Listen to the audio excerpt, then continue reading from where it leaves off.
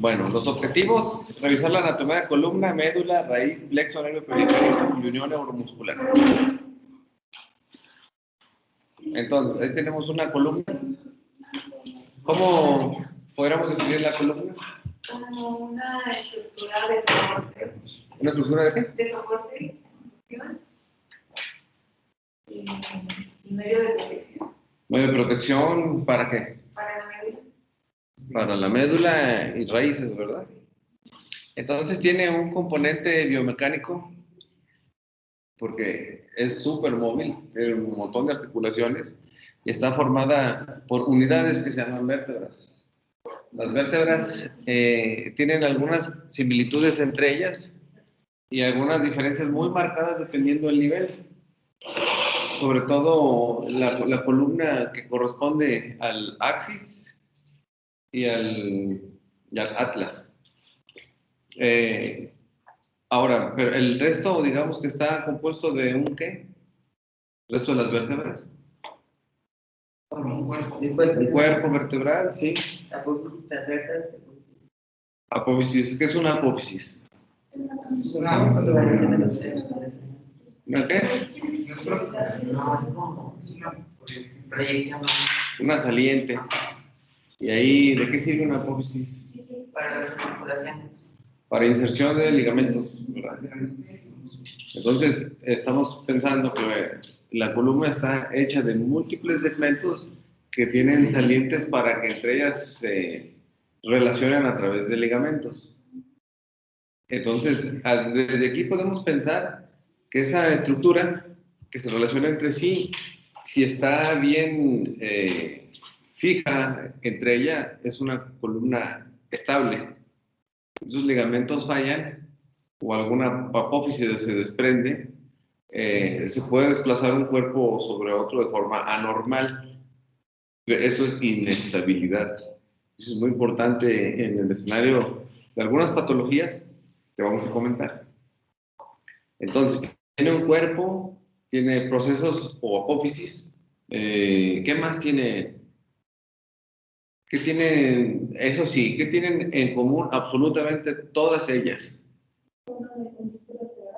Forman un conducto, exactamente. Muchos le llaman canal, yo les le llamo canal, pero los canales están abiertos en algún punto. Esto es un conducto. Y en ese conducto está la médula. El tema con ese conducto es que ese conducto siempre debe de estar lo suficientemente amplio para que quepa bien la médula. En algunas patologías, ese conducto se empieza a estrechar, no por sus componentes óseos, sino por sus componentes ligamentarios o porque se desplaza una vértebra sobre otra. Es como si desplazara un anillo sobre otro. Al final hay una compresión, puede ser una compresión y eso puede dar síntomas. Entonces, cuerpo, el conducto. Ahora, por ejemplo, en las vértebras subaxiales significa que es de la columna cervical, que están abajo del axis. Esas vértebras, las torácicas y las lumbares, forman un conducto, como lo dice la compañera. Entonces, un conducto es un espacio, los espacios tienen límites. ¿Cuáles son los límites del conducto? En esas tipos de vértebras que, en eso sí, son idénticas respecto a los límites de su conducto.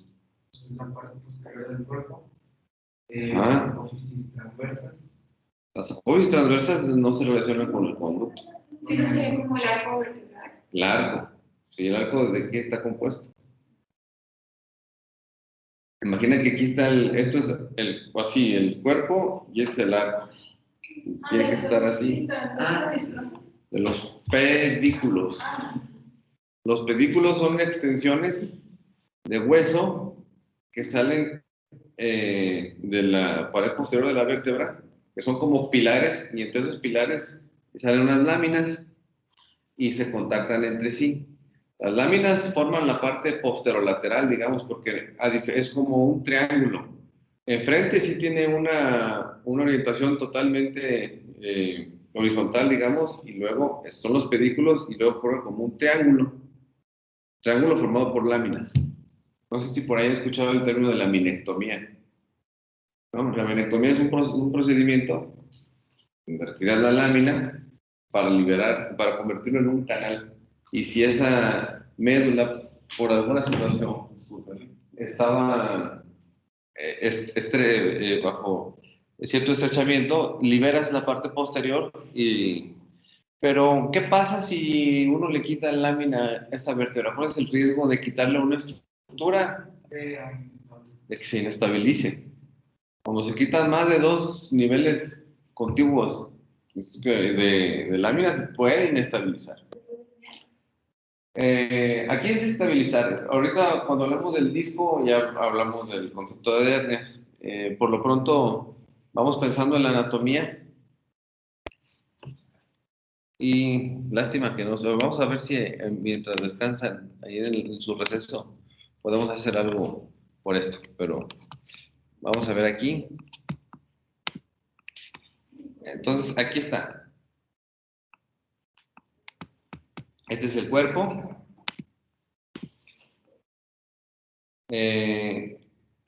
Y esto de aquí son los pedículos. Este es un pedículo y el otro pedículo y las láminas. Si se fijan, los procesos están acá. Estos son procesos transversos y el proceso espinoso. Ahora, esta es una vértebra lumbar. Bueno, otra cosa importante. Si se relaciona, si ustedes ven en la imagen como un gran grupo de vértebras se relaciona entre sí, además de los ligamentos, se tienen que apoyar entre ellas. ¿A través de qué se apoyan? El disco. El disco es una estructura que sí la relaciona entre sí y tiene un rol muy importante en la altura de la columna. Y de hecho, se piensa que al disminuir la altura de los discos, empiezan los procesos degenerativos, porque modifica el ángulo de soporte o el ángulo de contacto de una vértebra entre otra y empiezan procesos de hipertrofia ligamentaria y son los que cierran los canales, ya sea el mismo conducto o el que está entre un pedículo y otro a los lados, que es el foramen intervertebral por donde salen las raíces nerviosas. Por lo pronto decíamos que entre una vértebra y otra había la necesidad de que estuvieran conectadas por unos ligamentos. También necesitan ellas contactarse entre sí y limitar sus movimientos. ¿A través de qué estructuras se contactan? ¿Mm? El ligamento amarillo. Ese es el grupo ligamentario. Ese es otro tema. Pero si yo les digo, una articulación normal, ¿qué es una articulación? Sí, sí, sí. Con cierta movilidad, ¿no? En el caso de las vértebras, ¿en qué puntos se contactan entre sí?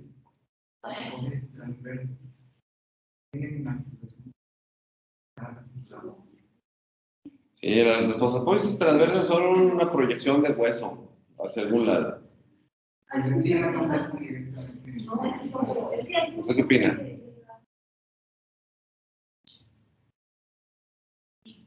¿Usted, Vigo? ¿Qué hablas? Pues entre cuerpo vertebral y cuerpo vertebral Están los discos.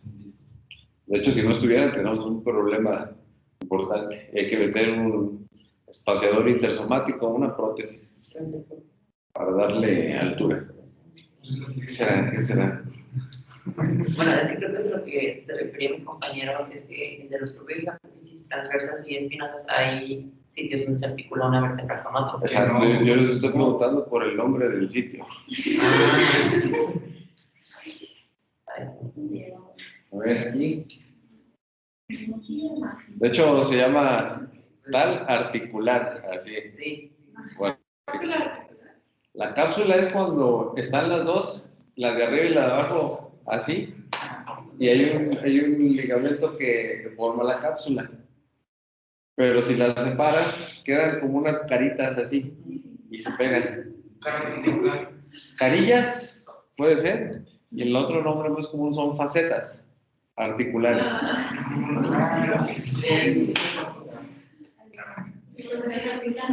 Bueno, pero tenemos la idea. Sí, sí, sí. Bueno, A su vez, entonces, digamos que desde el punto de vista biomecánico, esas facetas articulares tienen límites de movimiento. Desde el punto, bueno, pero eso es anatómico.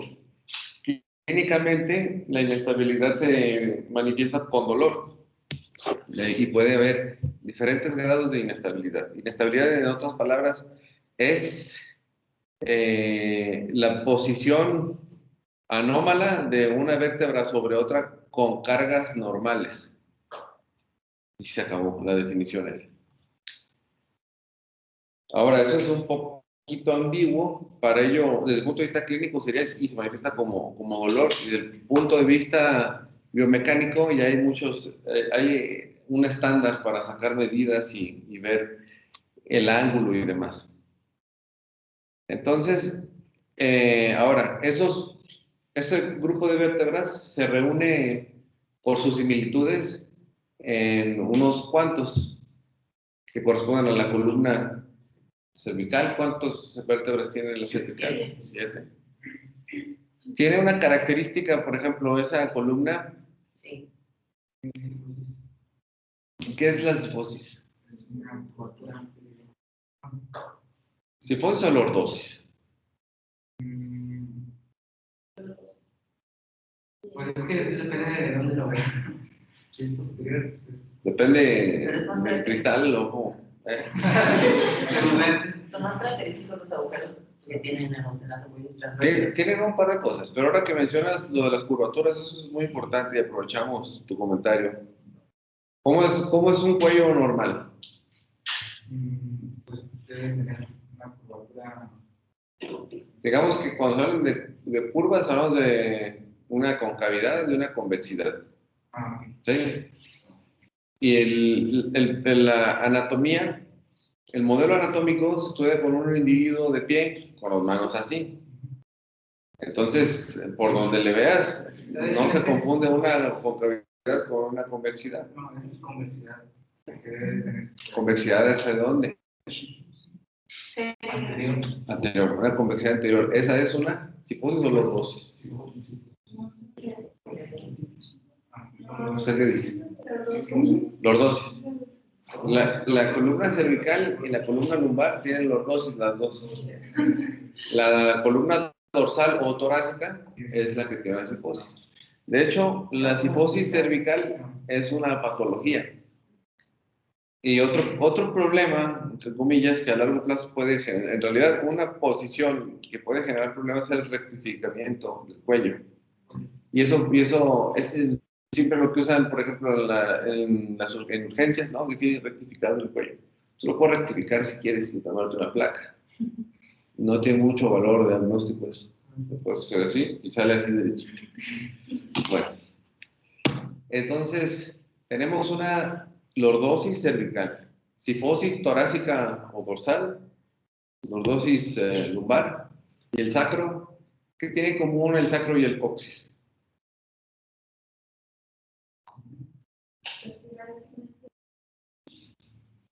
Exactamente, sus niveles se fusionan y se comportan como una sola pieza.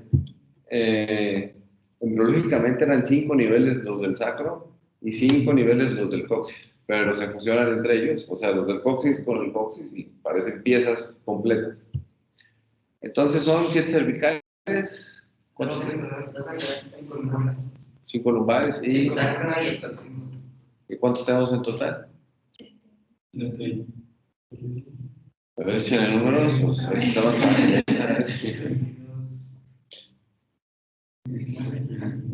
Bueno, lo que pasa es que depende de cuántas tomas el coxis, ¿no? Porque en algunos ponemos 3, 5, quedan como 31, 32. Bueno, lo que varía menos son las cervicales, torácicas y lumbares. De ahí son 24, ¿no? Sí. Hay algunos padecimientos, a ver si conocen alguno, en donde se fusionan una vértebra con otra. Y eso le quita movilidad, por supuesto.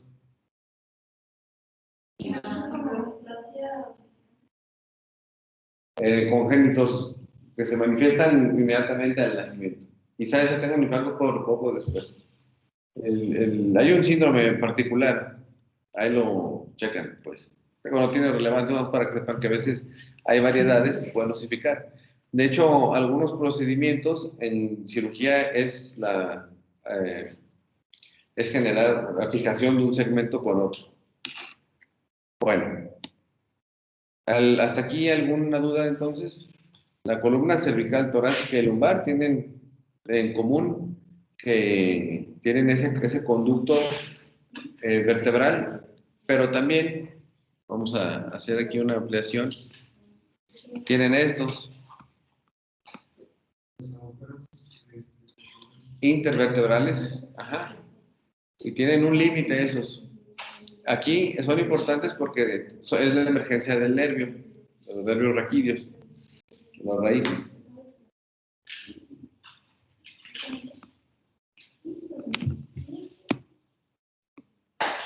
Ahora, vamos a hablar, por ejemplo, brevemente de las vértebras altas, que es esta.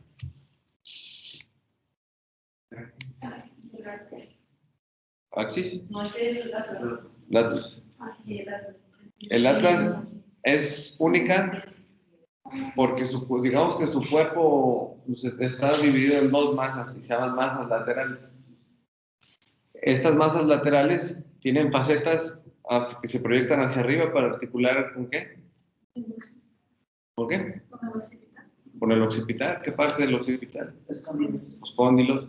Entonces tiene unas facetas que articulan con los cóndilos e inferiormente con las facetas articulares del axis. Tiene el canal, su conducto, perdón, muy grande. Estoy controlando decirle canal, pero es conducto. Y tienen esos arcos, se llaman arcos posteriores, tubérculo posterior y tubérculo anterior. Y foramen, ¿cuál será este foramen de aquí? Por aquí no sale un nervio, por ahí entra una arteria. De la arteria vertebral, claro, el foramen vertebral, y justamente este foramen es parte del proceso transverso. Y aquí hay un canalito en donde la arteria vertebral, ¿desde qué nivel sube la arteria vertebral? Desde 7. Puede tener como siempre, variar un poco, pero el promedio es de 6 y a partir de ahí empieza a ascender. Llegando a este sitio, toma una proyección posteromedial y después ya se mete al foramen magno.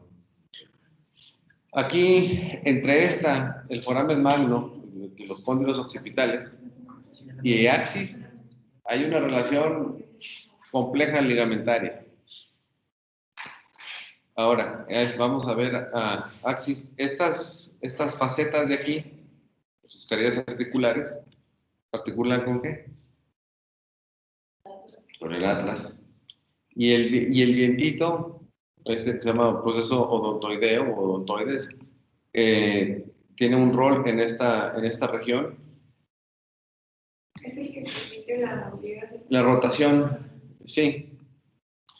Tiene el conducto también, un pedículo muy grueso, arcos, proceso espinoso, y esto ya se empieza a parecer más a las vértebras. Pero también tiene como característica única ese proceso odontoideo. Eso a grandes rasgos, por supuesto. Y ya una vértebra torácica. La vértebra torácica se puede distinguir del resto porque aparte de tener las carillas articulares contra una vértebra y otra, ¿qué otro tipo de facetas articulares tiene? Para las costillas, y esas están sobre el cuerpo. Bueno, ahora, ¿esta es una torácica o una vertebral? Una cervical. ¿Es una cervical? ¿Por qué? Por los conductos que tienen la forma triangular del conducto, bueno, los agujeritos y la forma triangular del conducto vertebral. Digamos que para tener así una orientación rápida, las cervicales son las únicas que tienen forámenes vertebrales. Lo demás se puede parecer un poco a la torácica. El resto no.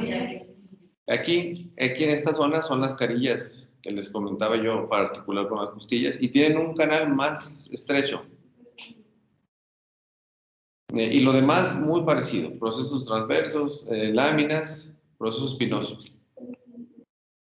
Y el sacro no se diga, ¿no? Que es muy diferente. Y aquí está una lumbar. ¿Qué onda, A ver.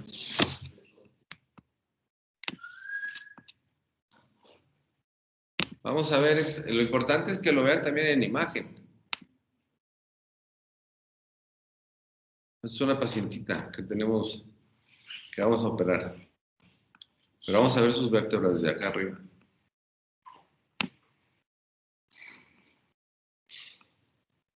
Bueno, les recuerdo, en tomografía había la posibilidad de meter filtros y para evaluar las estructuras óseas de columna, ¿qué filtro pondrían ustedes? Su ventana para hueso, ¿verdad? Más que ¿qué onda? ¿Se brinca? ¿Cuántos cortes tiene este? 421 cortes.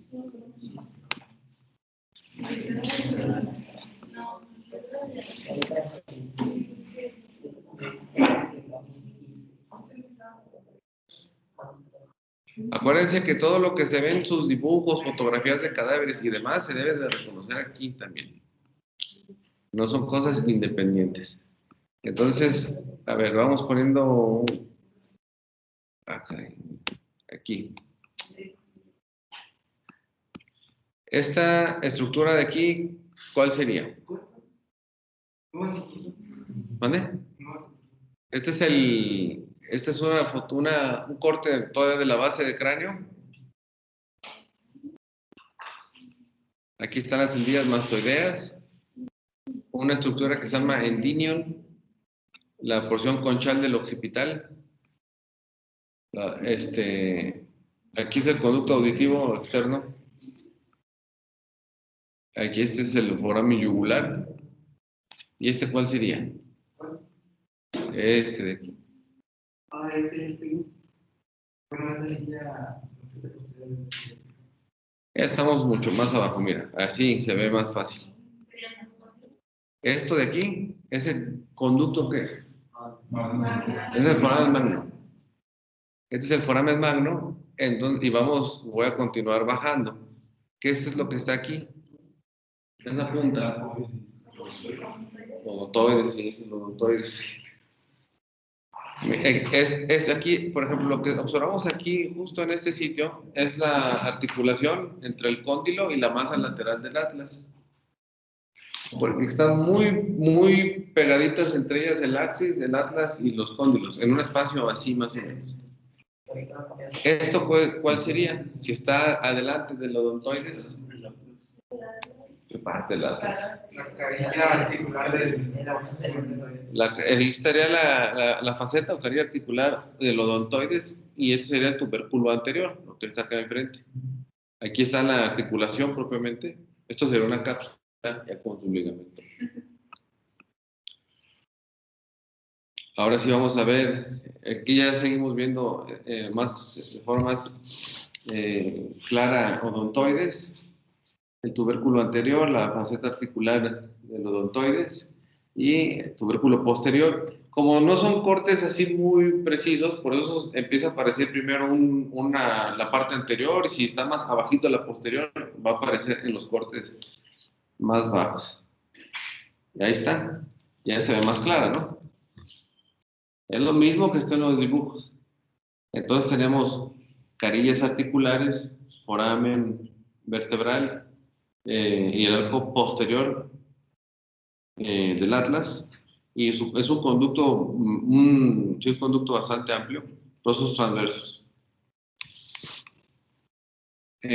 Vamos ahora a poner una imagen.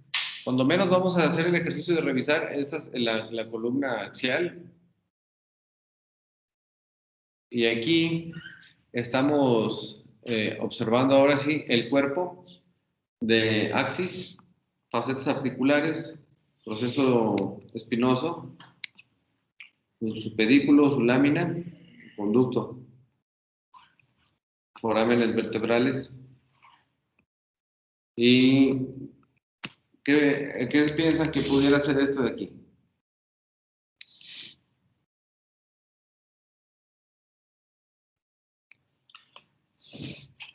La columna cervical y a veces la de la columna lumbar tiene procesos espinosos bífidos, se abren.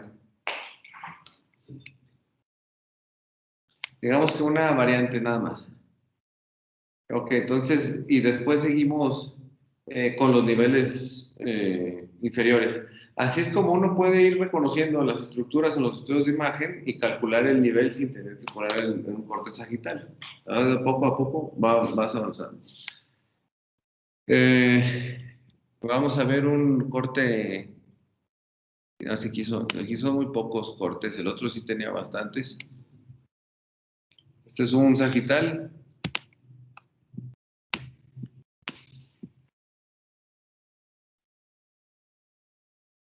Ahí está.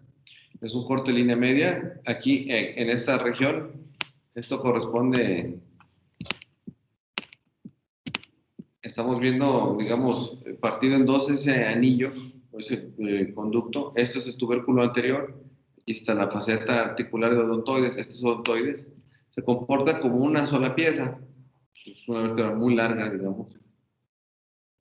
Tubérculo posterior.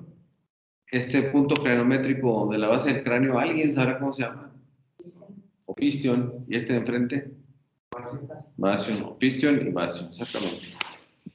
Aquí está el tubérculo posterior y proceso espinoso de C2.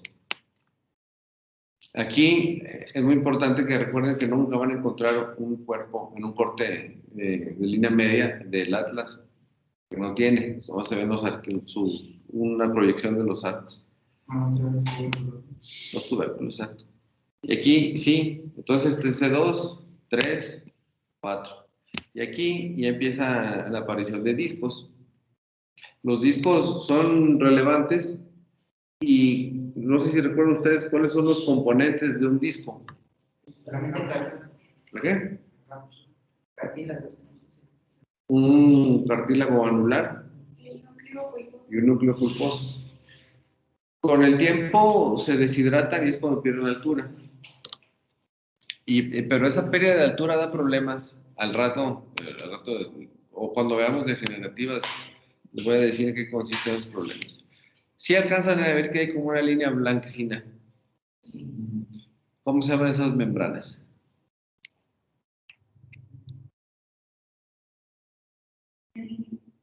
No, sí hay meninge por ahí. De hecho, en la duramadre del foramen magno para arriba tiene dos hojas que se repliegan entre sí, y del foramen magno para abajo solamente una hoja.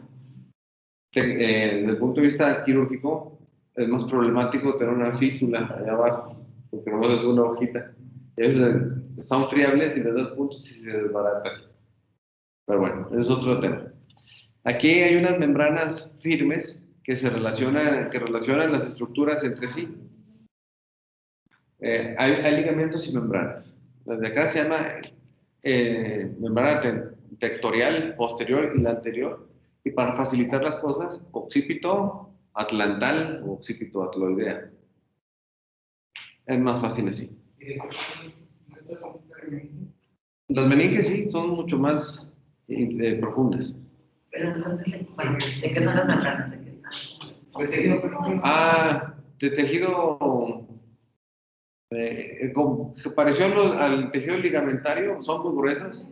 De hecho, esta a partir del atlas se convierte en ligamento amarillo. Doctor, ¿cómo es que se llama la membrana? Sectorial o occipito atlantal. Así le ponen ese nombre por la relación que hace entre un hueso y el otro. Bueno, entonces esta sería la manera de verlo en un estudio de imagen de línea media sagital. Y luego, por ejemplo, si nos vamos hacia el lado, encontramos la articulación del cóndilo occipital con la masa lateral del atlas y con la faceta articular de axis. Creo que también tengo unas radiografías de la misma paciente. Aquí están. Que es acá lo que más les pondrían en el servicio de urgencias. Por ejemplo, ahí. Esa radiografía que están viendo No es la típica, ¿verdad? Porque parece que está chueca. Fíjense bien, ahí dice flexión. Y esta de acá es extensión. Cuando nosotros evaluamos una columna en tomografía, tenemos que recordar que el paciente está acostado con la cabeza así. Eso quiere decir que alguien está soportando su cabeza y eso es la almohada del tomógrafo. A veces, cuando y yo les dije que la inestabilidad era un trastorno en donde había un desplazamiento de un hueso sobre otro con cargas normales.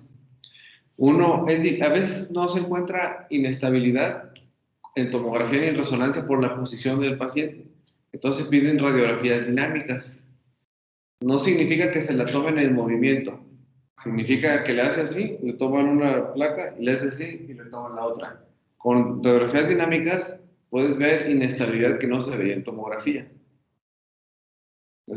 Clínicamente eso es un estudio muy importante que se debe pedir. No te arriesgas mucho a que puedas tener, bueno, ¿Que se luxe? a que te enseñara Salvo que esté, ¿te acuerdas que en el trauma agudo se evaluaba por tomografía y resonancia, sobre todo por resonancia, para sospechar si había una lesión del complejo ligamentario con signos indirectos, o sea, que esté echado el tejido, que haya edema de un tejido blando que está delante de los cuerpos vertebrales? Se consideran esos datos para no hacerle dinámicas. Sí, claro, lo más certero sería una placa dinámica, porque ahí sí aparecería, pero tienes el problema. Y por lo regular la inestabilidad de columna genera dolor y en casos de patología degenerativa está limitado también el desplazamiento. Pero eso, digamos que te orienta para ver qué tipo de procedimiento se va a hacer. Bueno, son las 7:48. Si pueden descansar un rato. Y ahorita continuamos.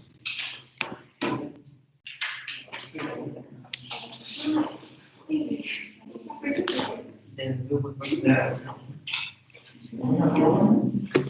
¿Hasta qué hora podemos crecer? A las 8:10.